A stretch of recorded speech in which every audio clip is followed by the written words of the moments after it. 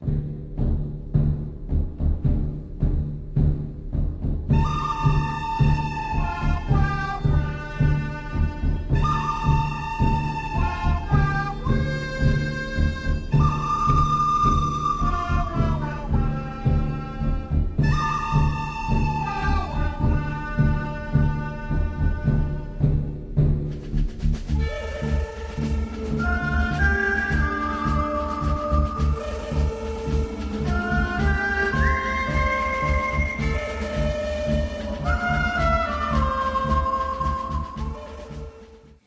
we're going to talk about in this interview is a subject that some people are very interested in, others, quite frankly, couldn't care less. We're going to talk about Jesse James, and I intend to show you certain evidences that will, in my mind, at least leave you wondering whether in fact Jesse James was actually killed in 1882 by Bob Ford. I believe that we have uncovered enough evidences to show that this is not the truth, and that Jesse James did in fact live on under many aliases and continued operations with the Confederate underground clear up until his elderly years into the 1900s. I'm going to show some photographic evidence that, of course, is not conclusive, but you look at the photos and you decide for yourself. And we're on today's February 1st, Yep. 2018. Okay. All right, I've twisted Dan Lowe's arm to give me some great stories because he's got he's one of the top researchers that I know. Yeah. Anyways, I've twisted his arm to give me some great stories, and he's agreed to give me a great story. And a lot of his research, he's done a lot on Jesse James. And with that, Dan, take it away.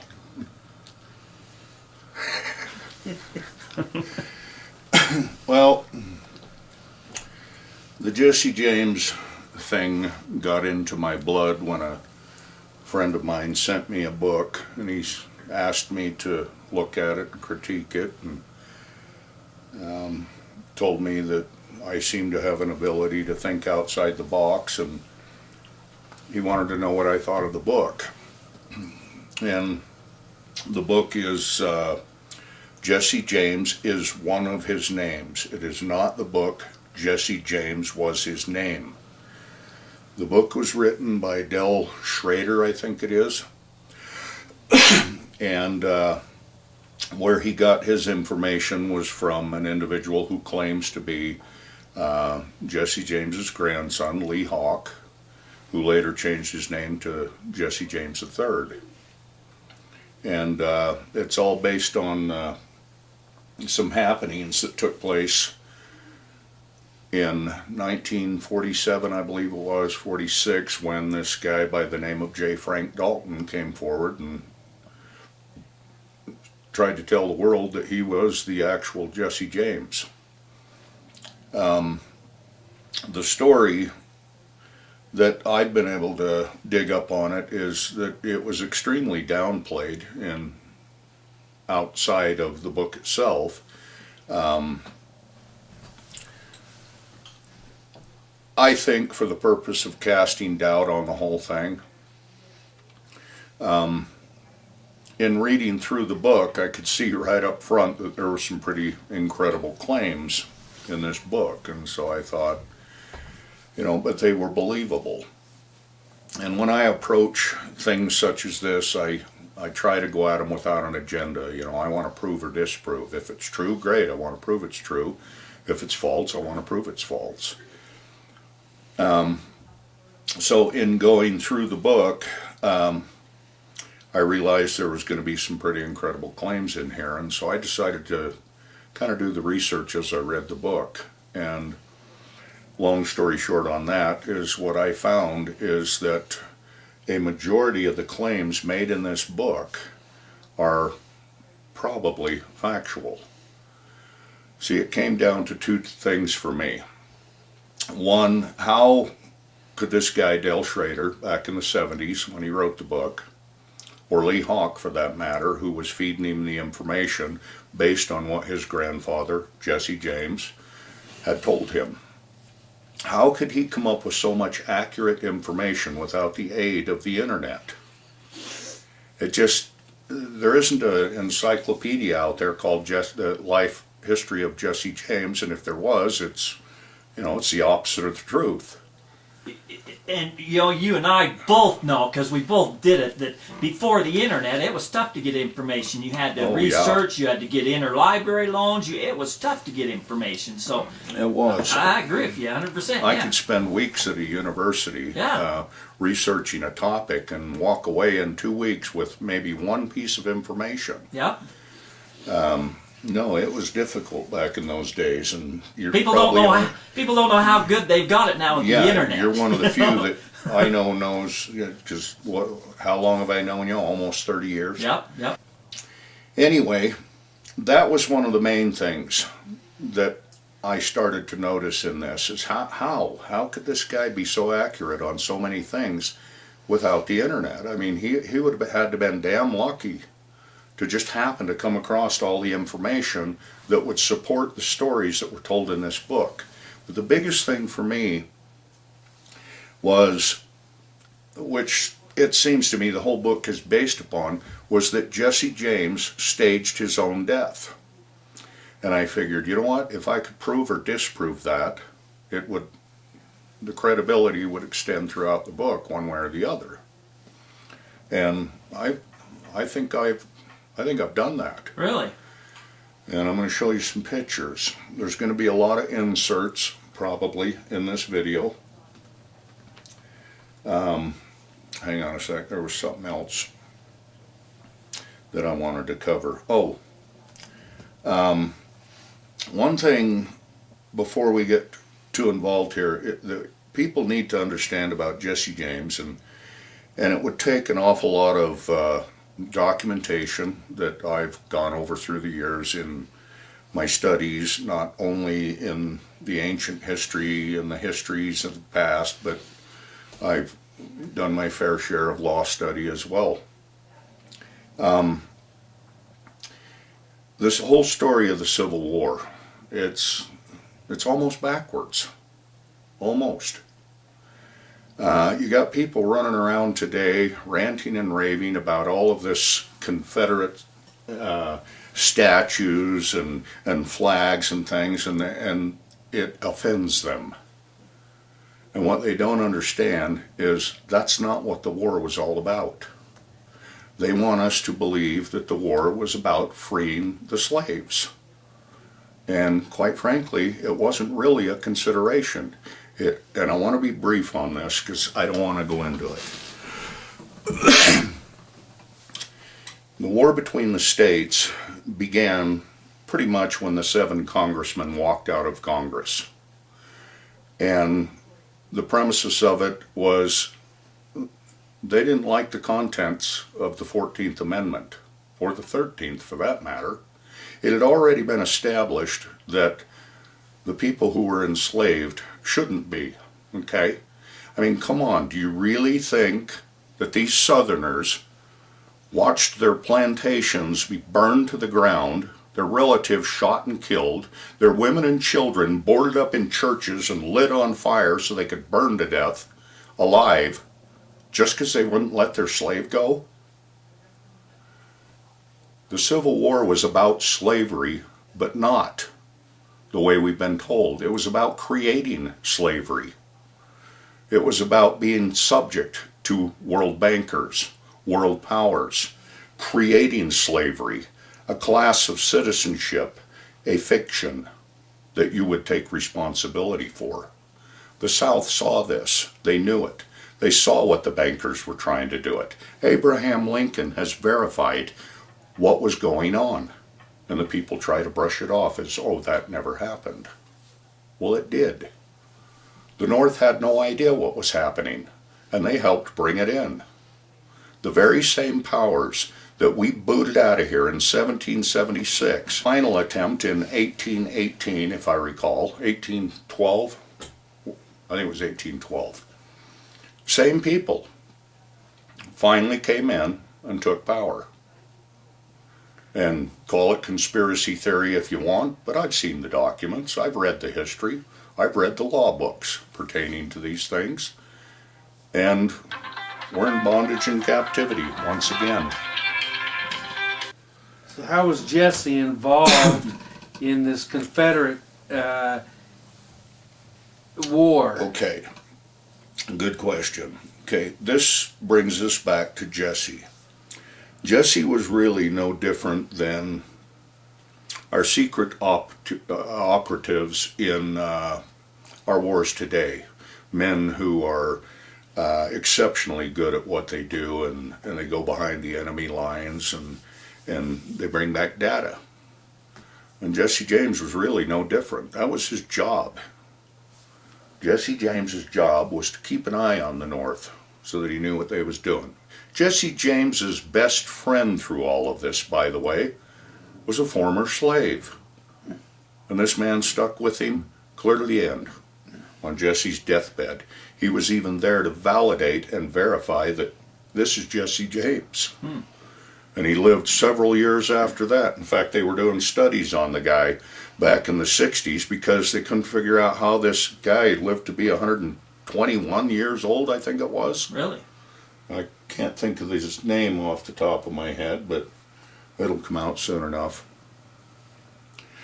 But anyway, back to Jesse. It was his life, is to operate as a secret operative within the organization. Some people like to call it KGC. To me, that just, even though it's an accurate acronym for what they were, it just, I don't know, sounds a little too James Bondish for me, so I just call it Confederate Underground.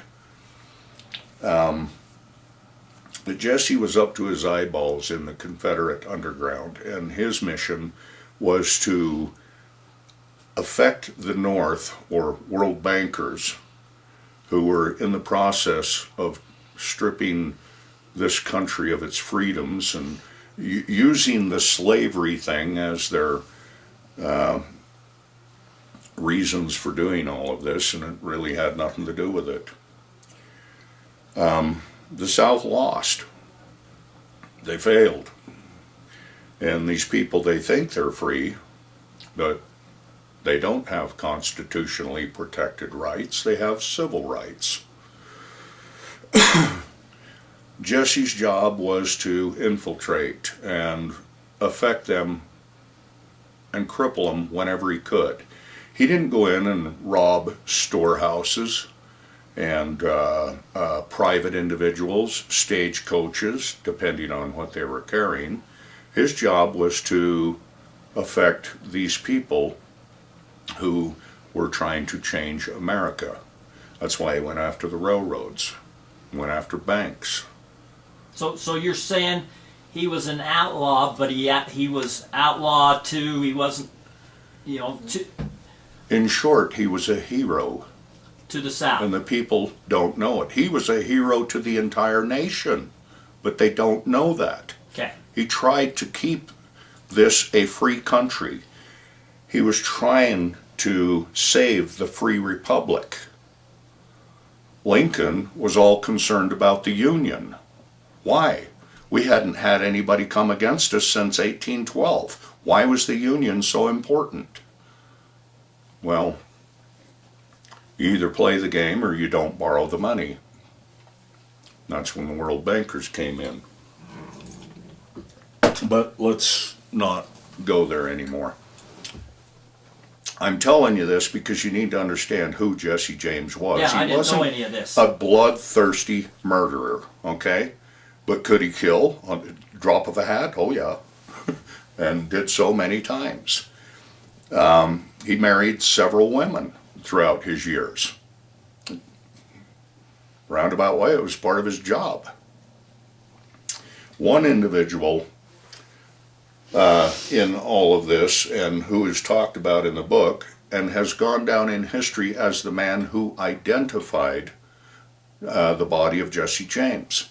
Captain Harrison Trow, who under the orders of Governor Crittenden, which the academic world paints the picture that he didn't like Jesse and he basically put out a hit on him, is what they tell you. Governor of what? Governor of Missouri. But what they don't know is that Governor Crittenden was a friend of Jesse James, and this was all planned prior. Okay? There's enough evidence out there to support this and to back it. But nobody ever asked the question. The town, St. Joseph, where Jesse James was supposedly shot by Bob Ford, who was in fact Jesse's friend. I don't think anybody will argue that point. This whole thing was staged. But this man, Harrison Trow, shows up on the scene almost about the same time the police showed up from the next town. They figured it would have taken them about an hour to get there, to hear about it and make the return trip. Yet nobody understood, how did Harrison Trow get there? And he made the announcement that he was sent by Governor Crittenden to take charge of this situation.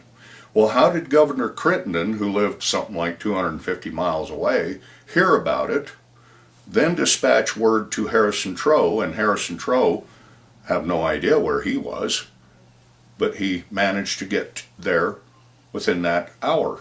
Within the hour after he'd been shot. Right. In the academic world, the majority of the stories will tell you that Harrison Trow is the one who definitively identified the body of Jesse James. Huh. Well, in the book, it tells the story that Jesse and his men staged this death, and they had killed Charlie Bigelow. And the majority of them didn't think it was going to work because Charlie didn't look anything like him. And they said, "This isn't going to work, Jesse." And he said, "Yeah, quit worrying about it." He says, "You'll see." Well, he knew because he had control of the situation. Not only the people involved, but in many ways the people that would show up, such as Harrison Trow. And they tell you in there, and if you do a little research on Harrison Trow, you can't find his beginnings. You won't find his parents. You won't find a birth certificate.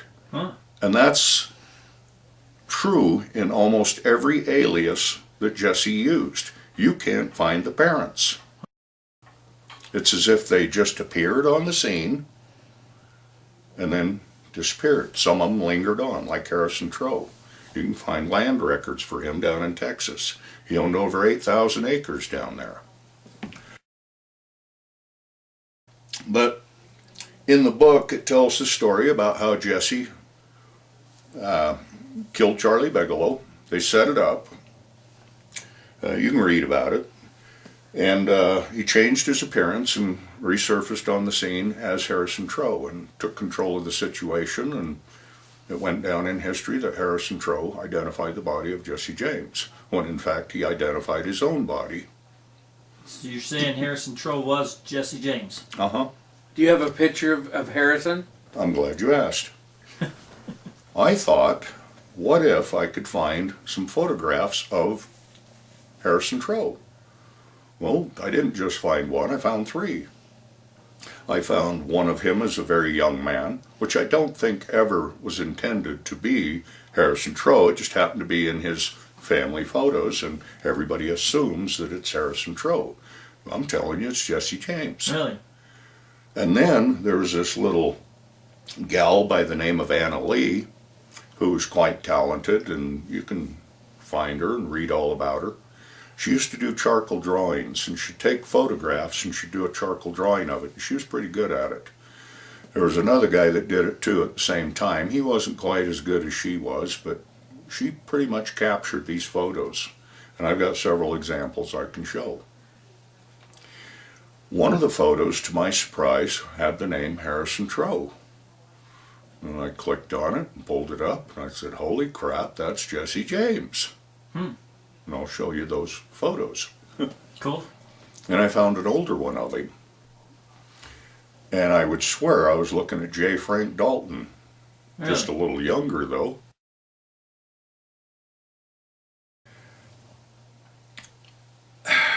So you think he maintained some of these aliases as For he a long moved in and time. out of different towns, states? Depending on what he was doing and where he was operating, depended upon the name he was using. Business operations, businesses. There's a story, rumor, we'll call it, legend, up in the area of Idaho that Jesse James was living in Malad, and that he had married a gal up there, a Mormon gal, and had joined the church at that time, even went and helped build one of the temples up in Canada. And the people up in Idaho are pretty adamant that this guy, they're pretty sure it was Jesse James.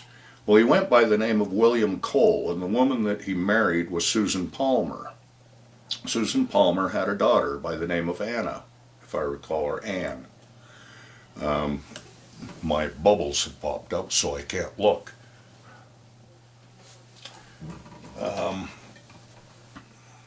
We'll insert a photo. I don't know that Jesse, he wasn't with her for very long.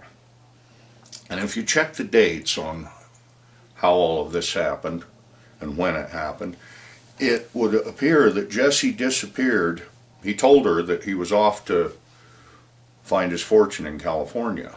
So when he married her, did he marry her and tell her he was Jesse James, or he No. kept the alias? She didn't know he was Jesse James, Okay. I'm sure of it. Okay.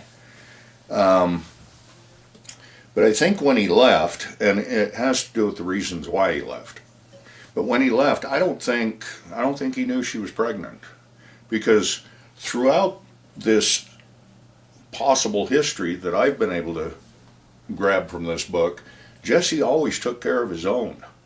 And if he knew a kid was his kid, he was going to take care of him one way or the other. And there's some interesting stories even attached with Calamity Jane, whom I would think that he had a regretted one-night fling with way back in the day. But there's a suspect child that came from it. Even Wild Bill Hickok suspected that this child wasn't his. And he wasn't the big hero everybody made him out to be. Where were we? Idaho. Left Idaho. Back to Idaho.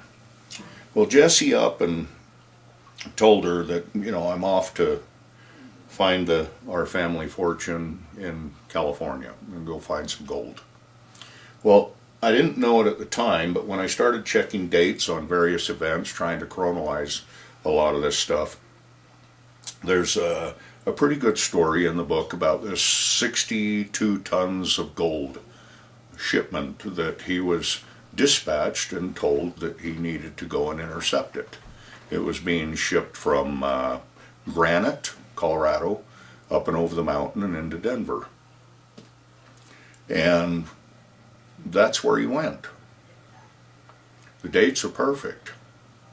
I don't think Del Schrader could have hit the nail any closer.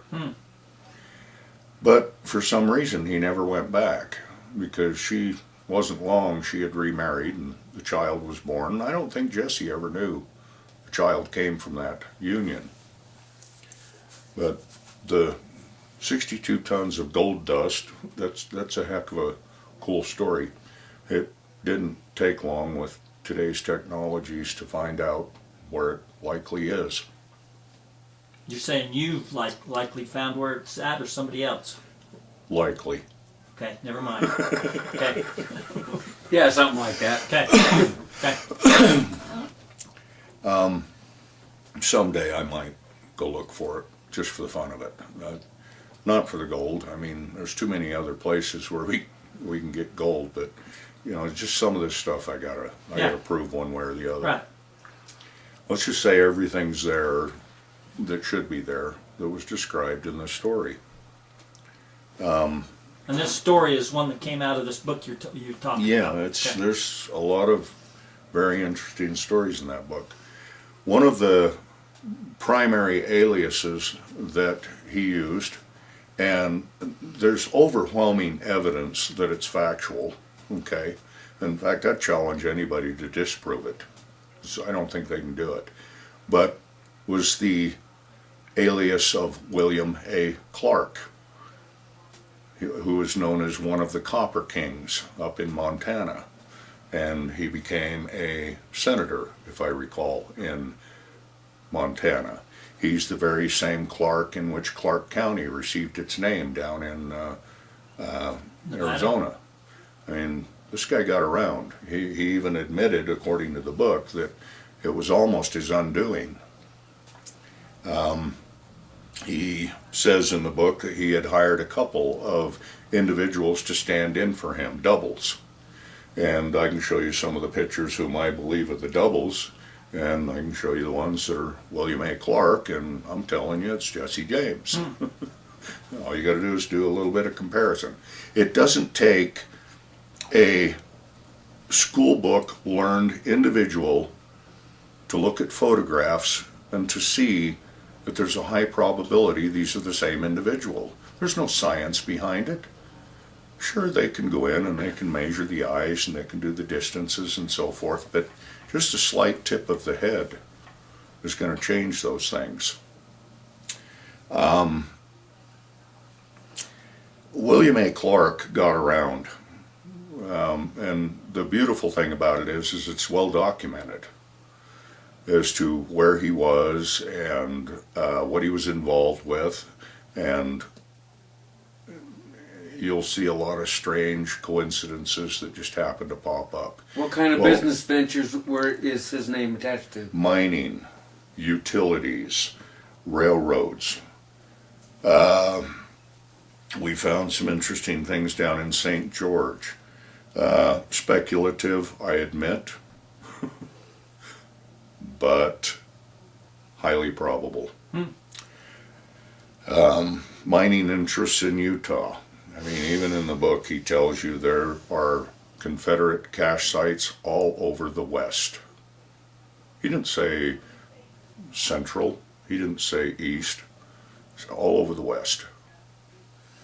There's two other individuals that wrote some books about the Civil War, Quantrill's Raiders. One of them was William Gregg, who for some time I thought might be Jesse James, but I think this is one of them bona fide coincidences where two people just happen to look an awful lot alike. It wouldn't surprise me if William Gregg, who it may have been an alias, but it wouldn't surprise me if he was an even older brother to Jesse James that we've never known about, because they do look very much alike.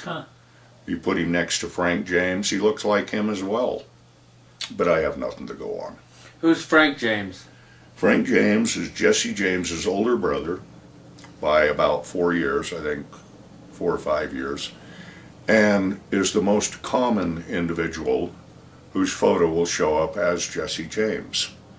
And it's not Jesse, it's Frank. Jesse had sandy colored hair, bright blue eyes, usually had a little, goatee going on. Jesse was probably considered a handsome man, okay? He has a very identifiable face. Oh, one thing about Jesse that he just couldn't seem to hide, except maybe in one photo that I've seen, is he had this uncontrollable cowlick in his hair right here. And I'm sure it might have almost got him in trouble a time or two. But he just couldn't seem to make it go away. So when he changed the part in his hair from which would be his right side to his left, oh man, did his hair fight it. And you'll see that in Harrison Tro's photo. There was another individual that I wanted to mention. Another thing, while I'm trying to remember who this other individual was, or alias that you used, is you find numerous mistakes as far as who Jesse James's first wife was. The writers that you see appear on the internet, the academic world, they've all got Belle Starr as Jesse James's wife. And what they've done is they've taken two individuals, Myra Bell, who was Jesse's true love, and Belle Starr, and they've combined them into one person. And no, Jesse will even tell you, you know, Belle Starr was a whore. That's not who he was married to. Another individual that they're just not paying attention. Even after reading this book, people still get it all messed up. His wife was not Zerelda. Okay, I think maybe this came from the people who don't believe that Jesse James was killed, because Charlie Bigelow's wife, who was Jesse's first cousin, her name was Zerelda. His aunt was named Zerelda, and she's gone down in history as his mother. His mother was Molly Dalton, and she doesn't look anything like Zerelda. Jesse was never married to his first cousin, ever. He was kind of like one of those cooties things, like, ew. You want to mention the alias? He was up in Nebraska or Colorado, and then he, with that wife, and took her to Texas. That would be Jim Reed.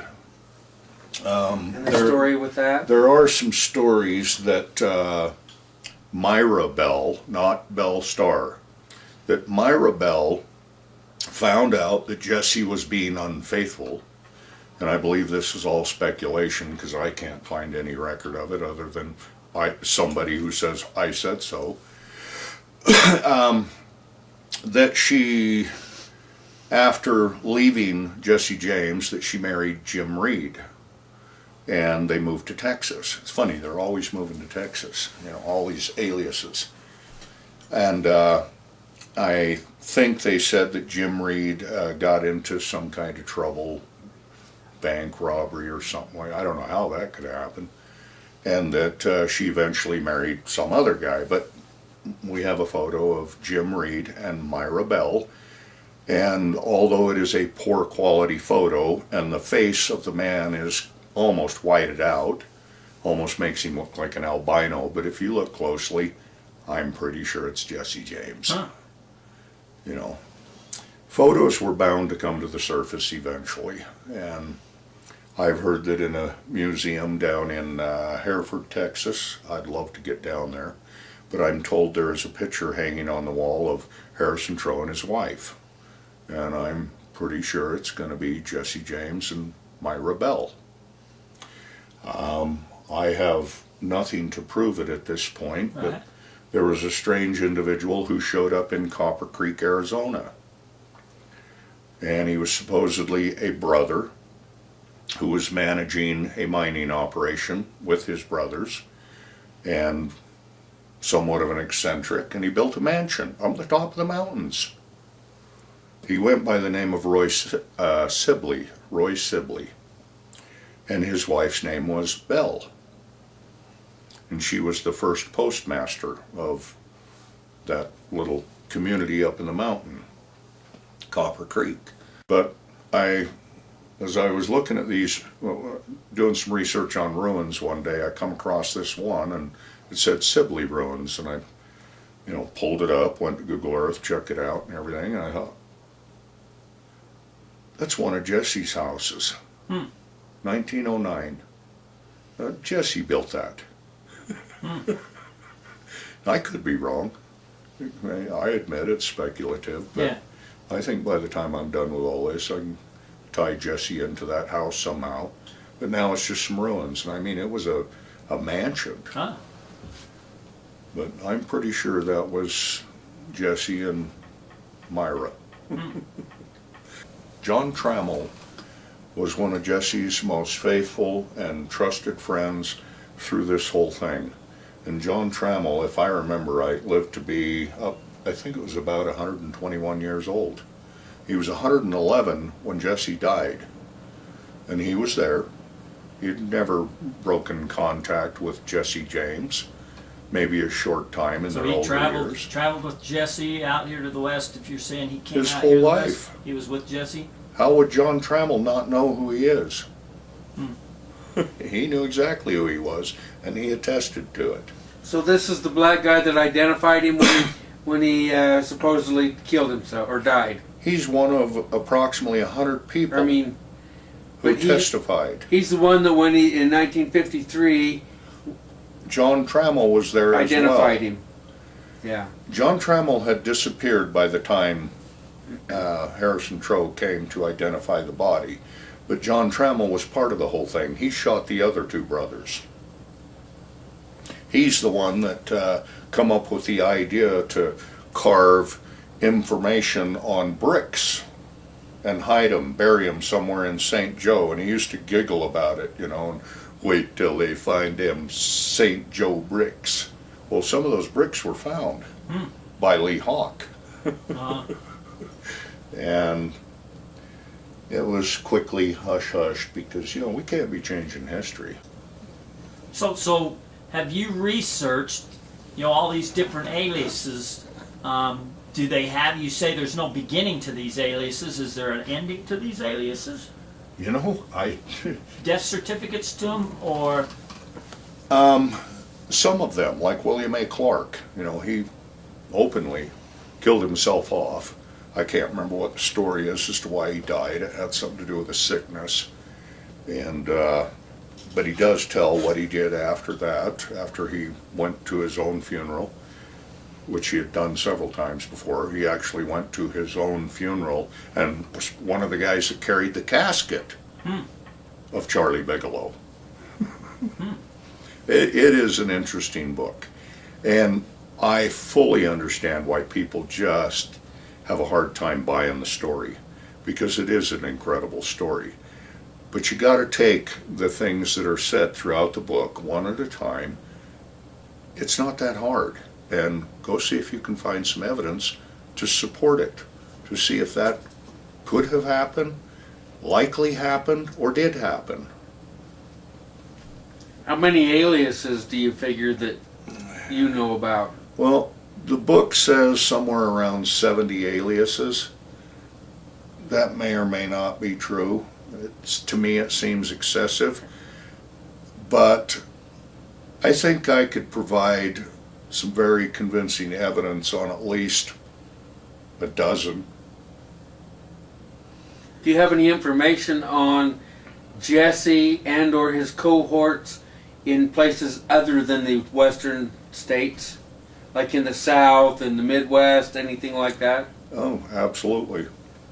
Tennessee, Montana, Oregon, Washington, Idaho, all the western states. Has any of the stories you've researched gone east of Utah or Colorado? Oh, absolutely. Oklahoma, Tennessee, Kansas. So those states there that you're talking about, those are the states that I've always assumed that's where Jesse ran, Exactly. and that's where all the KGC treasure, Knights of the Golden Circle was, where all the robbery stashes, where Well- everything happened. But you're saying it migrated and later on in his life it all went on here? Do you think he had KGC treasures hidden up here? I mean, you're saying that he had successful businesses, so there was no need to rob, or was he still robbing to, I mean, and tell about, man, I'm giving you all kinds of things to talk about. Tell about what the KGC was for, you know, the South will rise again. Just tell us. Well, yeah, the KGC, or Confederate Underground, that was their motive, was to get back the Free Republic, because they had lost it. Everybody thinks this word federal is some great American name. Federal, if you really want to understand what it's all about, just supplant the word with foreign, and you've hit the nail on the head. Okay? Foreign Reserve Bank, Foreign Bureau of Investigation. Try it. We don't have a free republic anymore. We lost it in the Civil War. It's now a federal government. But the South, they felt like they was going to start the war up They again, wanted it and back. that's the reason they was. Do I think that the KGC is an active, viable entity today? I don't think so. Well, I don't know if it's a viable entity today, but I do believe it was a viable entity back then. Oh, But absolutely. I don't think many people know about that, so I want you to talk about See, that. I've got a couple of things that I want to share with you. One in particular that I think you're going to raise an eyebrow at. It has to do with your mystery glyphs. See, I just happen to know the one individual that's been studying the mystery glyphs for almost 30 years. And that is why I wanted you to do this. I wonder who that is. I wonder who that is. That's why I wanted you to do this on Jesse James, because you mentioned to me that you thought they might tie into the mystery glyphs, and, Well- and you got me curious. Had somebody told me this 10 years ago, I would have thought they were a little out there, okay? So I know how it sounds. There's two things. And one of these things is what helped facilitate this research and made it explode over the last 3 or 4 months. And it has to do with some carvings in the rocks somewhere down in central Utah that a friend sent me some pictures of, and I looked at them and thought, holy bleep, this can't be in Utah. And I'll show you the pictures. I don't have a problem with anyone seeing the photos. Just won't tell them where it is. Okay, fair enough. It's in central Utah. I'll take you down there and show you firsthand. Cool, thanks. But that's because I know you. And I know that you're not the kind of individual that would take someone's livelihood from them. I have some photos that I'll show you, and this is an incident that took place in actually over the last 3 years. A friend of mine sent me some photos. Apparently a friend of his had found some unusual carvings down in central Utah, and he wanted to know more about them. And after showing them to my friend said, I know somebody that I think might be able to shed some light on this. So he sent the photos to me. Well, as soon as I saw the photos, I knew exactly what they were. But I didn't know whether I wanted to tell my friend, because then he would go tell the people who found them, and I would never discover where they were. So I told him that I'm pretty sure I think I know what they are. But to be certain, and this is true, to be certain, I need to see them personally. Mm-hmm. It took him 2 years, and he finally got the location on them. I sent a friend down there to look for him, and he didn't find him on the first. Actually, no, that was me that went down there. We didn't find him. I had one of them sugar attacks and kind of put me down, and once I got a Snicker bar down me, I still didn't feel like going back out. Well, I had another friend go down there, and he found him. And he found another one, and he found another one, and another one. There's no question it is absolutely a Confederate underground site, KGC, and there's no doubt Jesse James was personally at that location. Really? Well, the thing that was curious to me is, can we find evidence that Jesse was in the area? Oh, absolutely. In fact, Terry, every single mystery glyph site, I can put Jesse James in the area. Really? And this would have been anywhere from the late 1800s up into the 20s. And there's one person I know that would know this. And if I'm not mistaken, at every one of these sites, with maybe 1 or 2 exceptions, you'll find a railroad. You'll find a mining operation. Yep, you're right. There are a couple exceptions, but not many. Yep, you're right. But for those that are exceptions, I will show you another reason. Cool. Now, you've heard of the Navajo Code Talkers. Yep. Do you think that was a new concept? Nope. 2 of Jesse James's most trusted operatives were Sioux Indians. And you know as well as I do, those mystery glyphs are Sioux Ojibwa glyphs. Yep. I don't know how 100%. anybody can say they're not. Yeah, 100%. They definitely tie to it. Yep. Well, who would have been, would you agree that Jesse probably knew several different Indian languages? But I haven't ever studied Jesse, so I According to wouldn't the book, know. he did. Okay.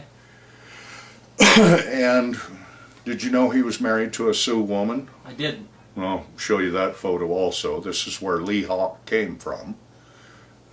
Jesse, and I can't think of her name off the top of my head, but we'll get to that. They had a son. His name was Joseph Jesse. And then, of course, his Indian name, but I can't remember what it was. And this is where Lee Hawk came from. So Jesse, according to genealogy and photographic evidence, was indeed Jesse, well, he was this man's grandson that married this Sioux Indian. Jesse had a real soft spot for the Sioux Indian. He had a soft spot for the black man and Mexican people. He loved them, and he took every opportunity to help them. And there are so many affidavits attesting to this, it's unbelievable. I haven't seen a drop in the bucket as to what's out there. I have been in contact with a couple of different families who have always believed that they were descendant of Jesse James, and I would like to think that I have provided them with evidence that put the nail in the coffin on at least their rumored descendancy from him. And it's just so much fun, you know, shedding that light of something that somebody has known as a story within their family, but they've never been able to prove it. Right. And then you show up and you hand them the information that makes it no longer a legend. It's now a likely truth. Huh. Have you talked to anyone and contacted them about trying to find out about information for Jesse James, and they didn't even know they were related to him? I'm actually trying to contact two different families right now, one that has to do with Harrison Troe, another one that has to do with Tabor, but I can't remember the first name. And this is pertaining to New Mexico, another alias that he used that's not in the book.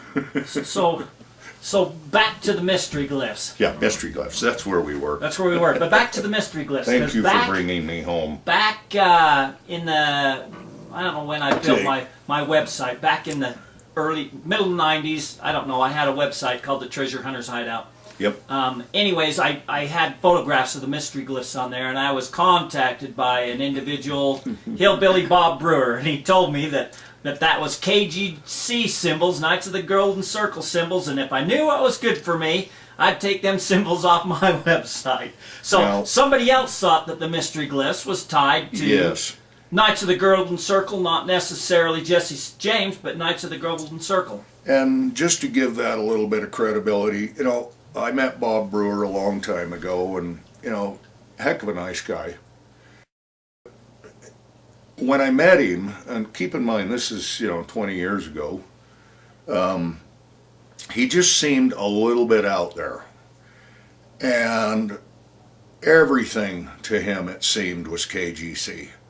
And, maybe I should have listened a little closer. Because, as it turns out, it looks like he might be right. Huh, really? Two of Jesse's most trusted operatives were Sioux Indians. And I think between them and possibly a few other operatives that were not necessarily Indian, including Jesse, I think they understood and knew the glyphs. Now, you've read Tompkins, William Tompkins' book. See, Tompkins tells you in that book what he thought the hieroglyph meant based upon what the Indian told him. Right. And I know I've told you this a long time ago. The Indian told him what it meant in the context that that he was using it. But he never told him why it means that. See, each of those hieroglyphs, well, not all of them, some of those hieroglyphs can be broken down into what would be considered an independent symbol, and the hieroglyph itself is a combination of symbols, okay, forming the hieroglyph. In other words, he told him what it meant. He didn't tell him why it means that. And that's something I'll have to show you one of these days.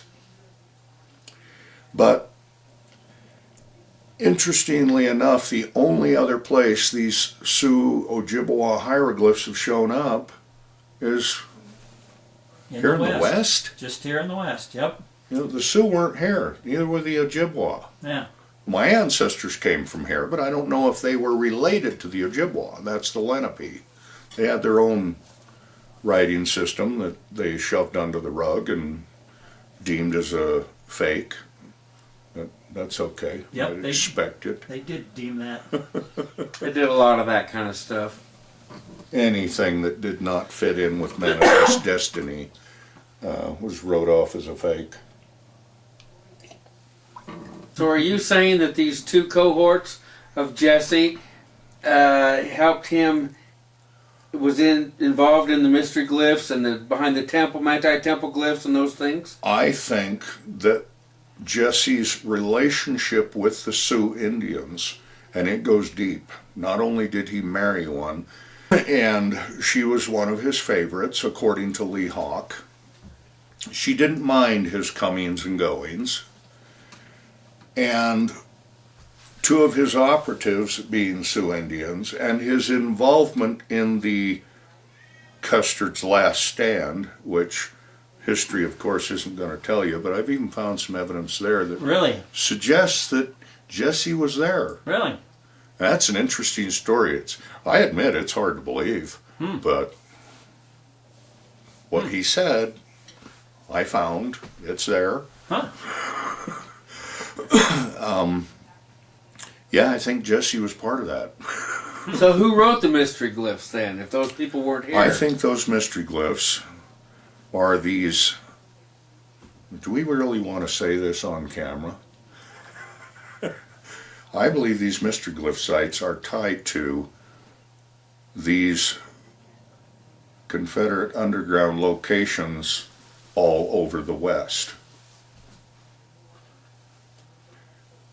Why do you speculate that the majority of these are off the beaten path? I mean, they're not. I mean, like here in Manti, you can drive to them, but a lot of these are, you got to take a hike, and they're not. There's no trail to them. They're up a steep mountain. I mean, they're off the beaten So would path. you say they were carved and designed for just anybody to find? No, definitely not. They were not. It's definitely a message. It definitely says something, but it definitely was not made for anybody to find. You know the railroad that used to travel through Sanpete Valley all the way down to Marysvale? And the railroad spur that used to come up from Nephi and up to Moroni and then out to Wales. Oh, Wales. Yeah, Wales and Moroni. You know who built those railroads? Who? Or who owned the company? Uh-uh. William A. Clark. Did you know William A. Clark built the railroad down there by, out in the Tintic District, Ophir, Cedar City area? Not to mention the railroad that's 40 miles west of St. George. Nope, I didn't know that. And almost And you're every saying other. he is an alias of Jesse James? He's one of his biggest ones, William A. Clark. Huh. Senator William A. Clark. Really? So, being a senator... I don't want anybody to believe this, okay? Seriously, I don't want you to believe it. Check you out, huh? You either have what it takes or you don't. Go prove it to yourself. So being a senator, though, there should be some history. Have you checked, I mean, and I know you have because you're a researcher. So you've checked the beginning of William A. Clark? Just appeared out of nowhere. Really? Okay. And then in the book, he tells you where that the only information he gave the news reporter is when the news reporter come up and said, "Where are you from?" And he's, Pennsylvania. And he says, "That's all I told him. They come up with everything else." Huh. Next thing you know, I was born in Pennsylvania in 1839, and I had some oxens, and I made my way to Montana and found my wealth. He says, all I did was say I was from Pennsylvania. They created the rest of the story, and it's gone down in history that he's from Pennsylvania. Huh. And they tell this hardship story about how he traveled all the way from Pennsylvania to Montana with oxen.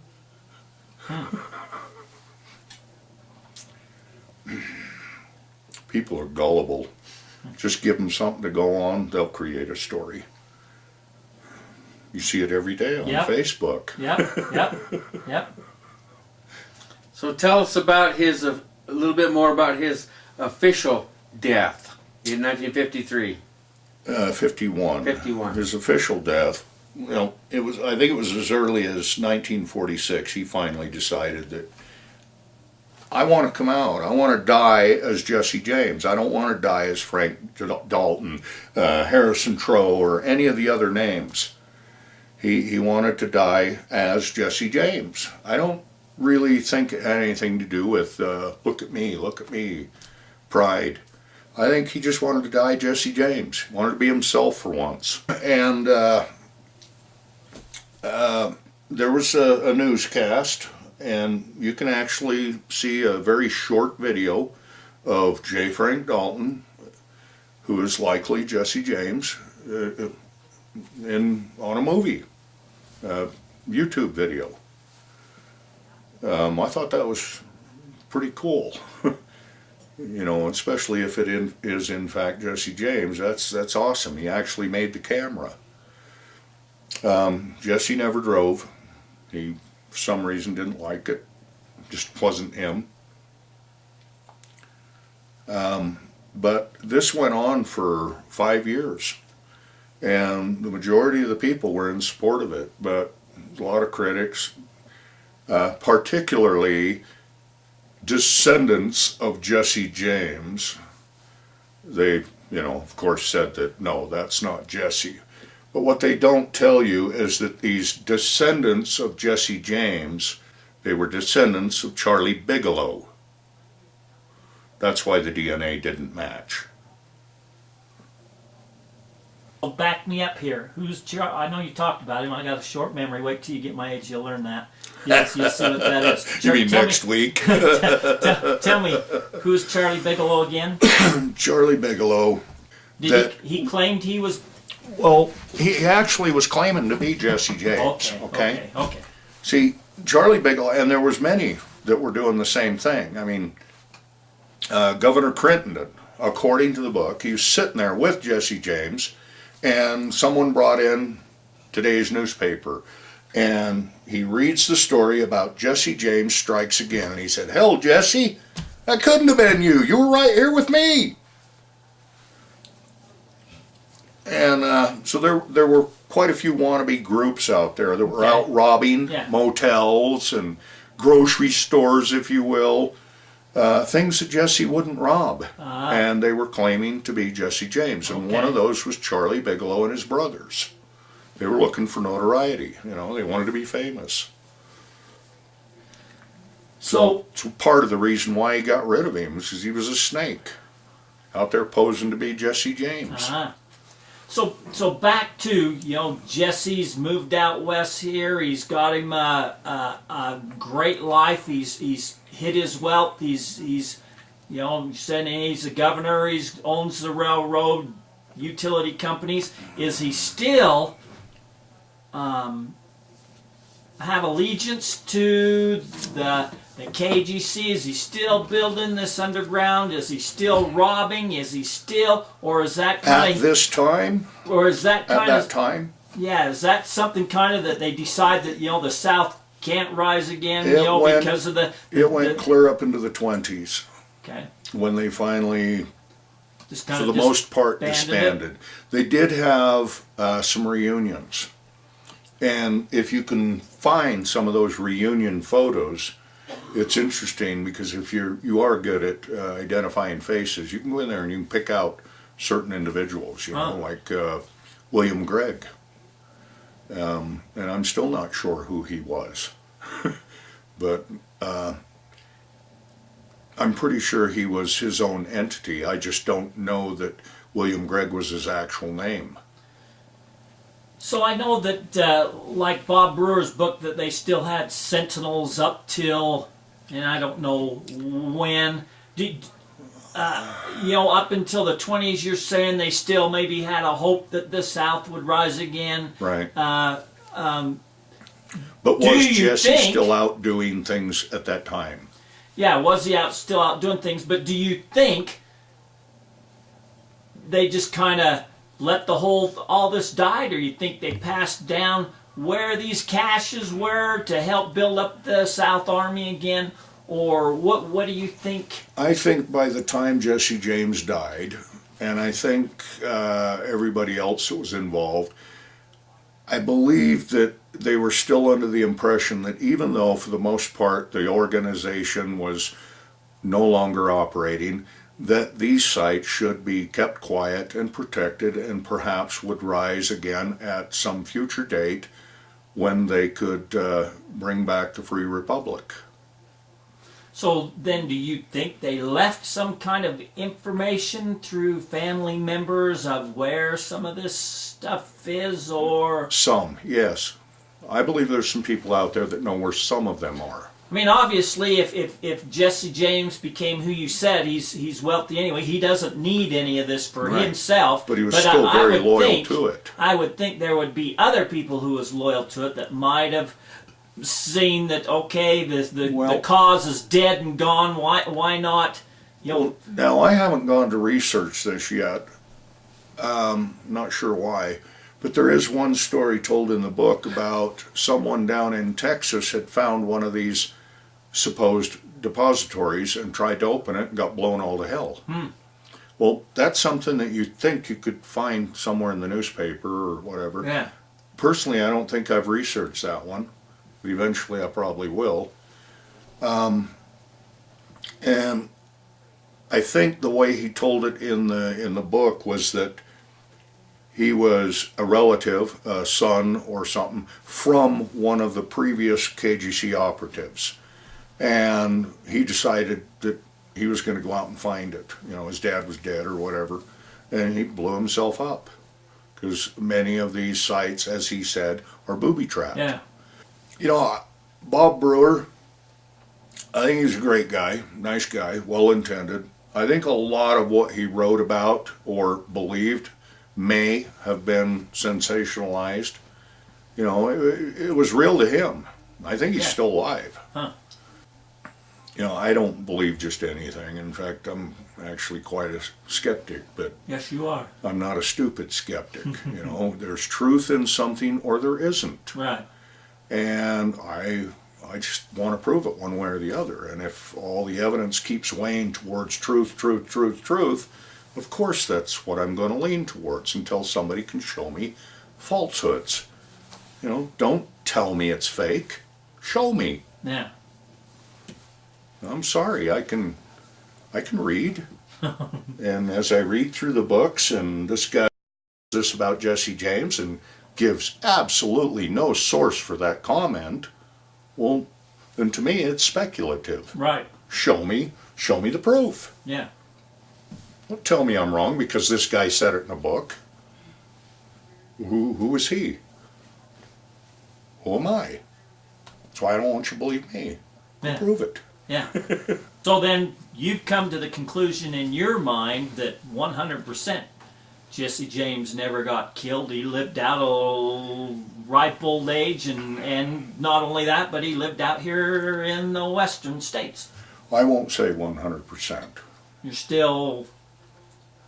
I would dare say, we'll say 99.9%.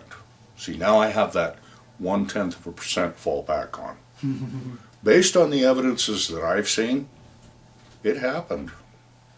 He faked his own death, and so did several others. And you can read about it in the book. Stories about, and some people have already read some of the stories, but not from this book, such as Butch Cassidy and the Sundance Kid.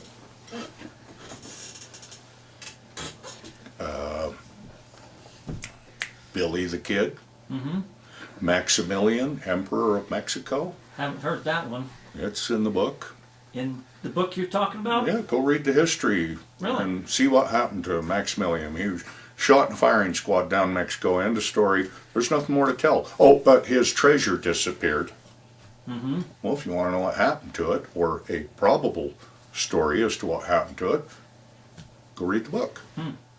Now, I'm sure there's a lot of people that's on their computer right now and they're in there searching out this book. Jesse James was one of his names, and you'll notice it's, $300-400.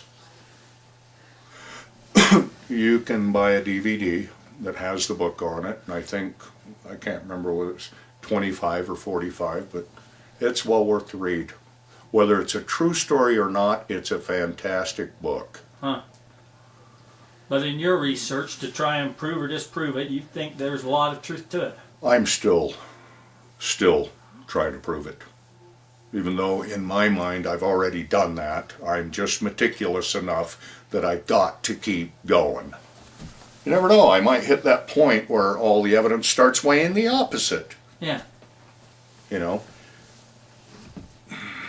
You know what you know. Yep. Is there any mention about Pancho Villa or any other? I'm glad you asked.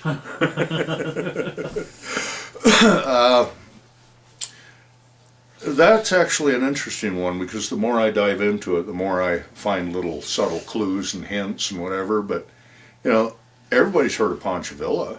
Okay, not everybody's heard of the Emperor Maximilian. But it's an interesting story. Pancho Villa.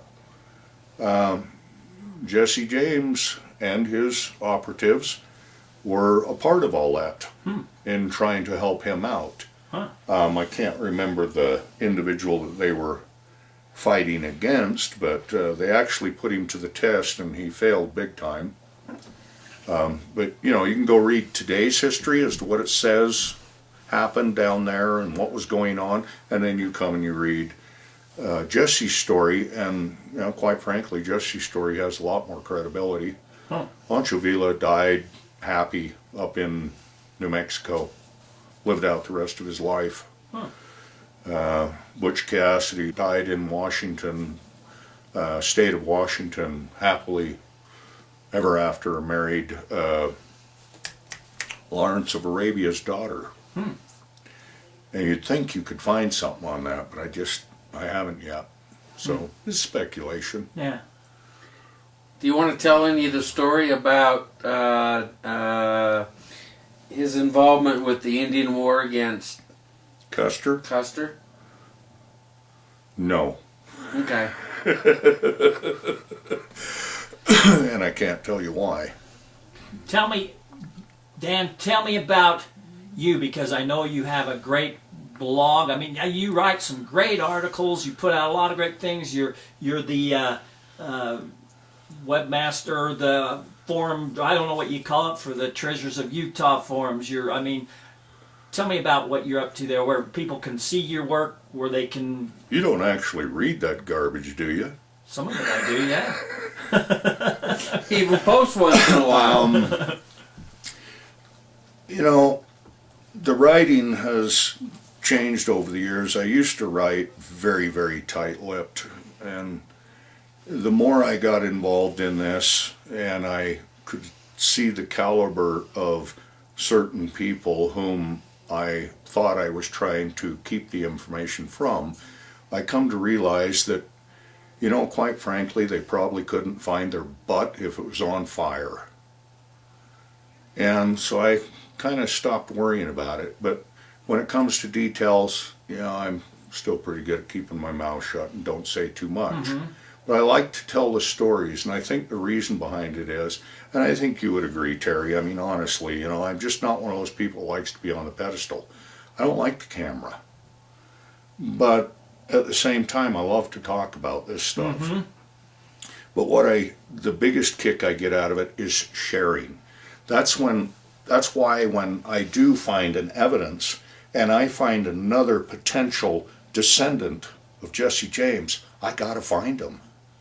I gotta find him so I can find out if they know. Right. And if they don't, and they hear the story and they accept it, great.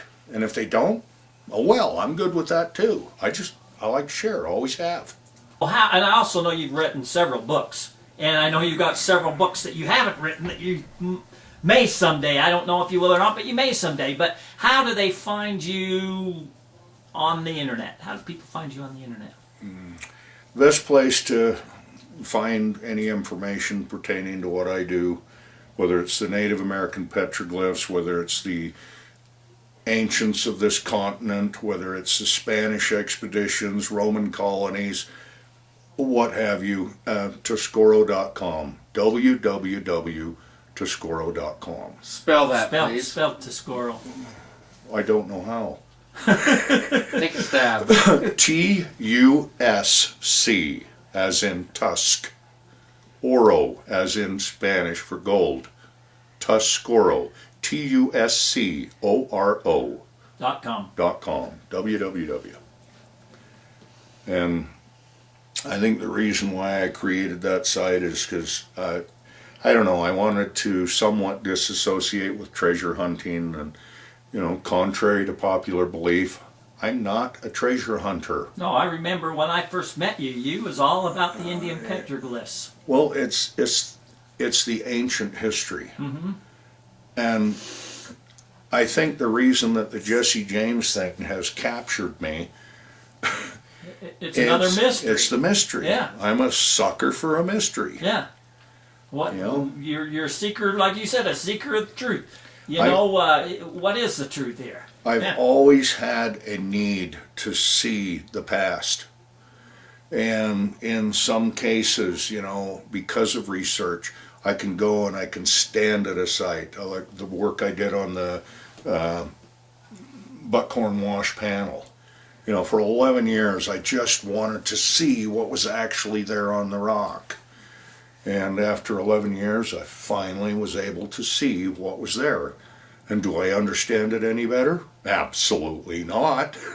I still have no idea what it's about. As far as saying what was there, you brought out some through photography, special lights, D-strips, or whatever. You brought out some highlights of petroglyphs that was not seen by the naked eye. And for the You was first able to- time, people can go and they can look at it and see with probably a 95% accuracy as to what was there. And just using modern technologies, photography, photo programs, and bringing out what was left there, but you can't see it with the naked eye. So you told me you did a video on that? Yeah, there's video on YouTube. If you Can I steal that from you and put it on my channel? No, Okay. of course you can. You can find it. I believe if you go and you type in, Buckhorn Wash petroglyphs, you're going to come up with tons of videos. But there's extended version. Buckhorn Wash extended version, I think, will get you to it. Or just go find the YouTube page, Tuscoro. Okay. Okay.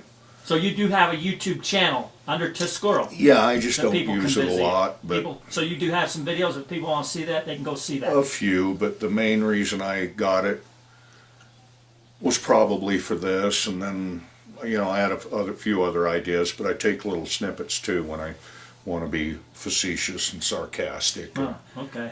go tantalize somebody. Another individual that some people read about a long time ago here in Utah, and it was turned into a unbelievable story, was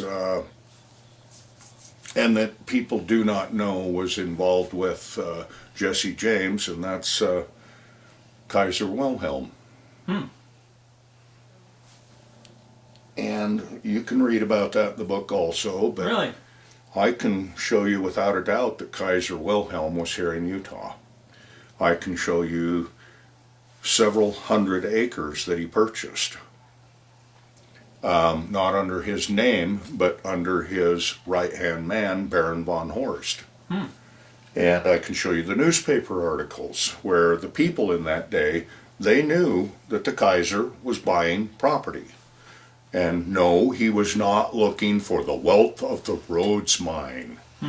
The things that he were doing were so much bigger than the Rhodes mine. It's unbelievable. Huh. And no, I won't elaborate. What are you maybe off camera? What are you currently working on that you can tell everybody about, and projects and stuff like that? Well, if I took all these projects and put each one on a card and I handed them to you, I'd say pick one. So you don't have any current aspirations of what you're going to work on or work towards? If you mean today, that's past and gone. But tomorrow morning I'd be able to answer that question. Today I was focused on Jesse James.